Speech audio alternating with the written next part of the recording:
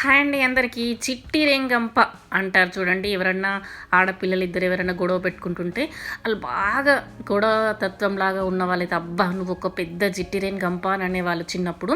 అట్లా అంటే నాకు అసలు అర్థం అయ్యేది కాదండి ఎవరన్నా గొడవ పెట్టుకున్నప్పుడు. కానీ మా ఊరికి ఒకసారి వెళ్ళినప్పుడు ఇలా సంక్రాంతి సీజన్లోనే చిన్న రేగుపళ్ళ చెట్టు కనిపించిందండి. వీటికి బాగా ముళ్ళు ఉంటాయి, కానీ చిట్టి చిట్టి రేగు పండ్లు ఉంటాయి. పక్కింటి ఆంటీ చెప్పింది దీన్ని చిట్టి రేణు పండ్ల చెట్టు అన్నారు. ఆ శాస్త్రం దీనికే వర్తిస్తుందటండి. జిట్టి రేణు గంప అని తెలంగాణలో అంటారు.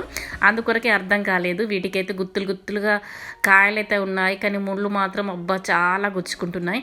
ఏమైనా డబ్బులు పెట్టకుండా మనం మార్కెట్లో కొనకుండా ఇలా చెట్లకు కాసిన కాయలు పండ్లు మనం కోసుకొని తింటే ఆ టేస్టే వేరుంటుంది కదండి.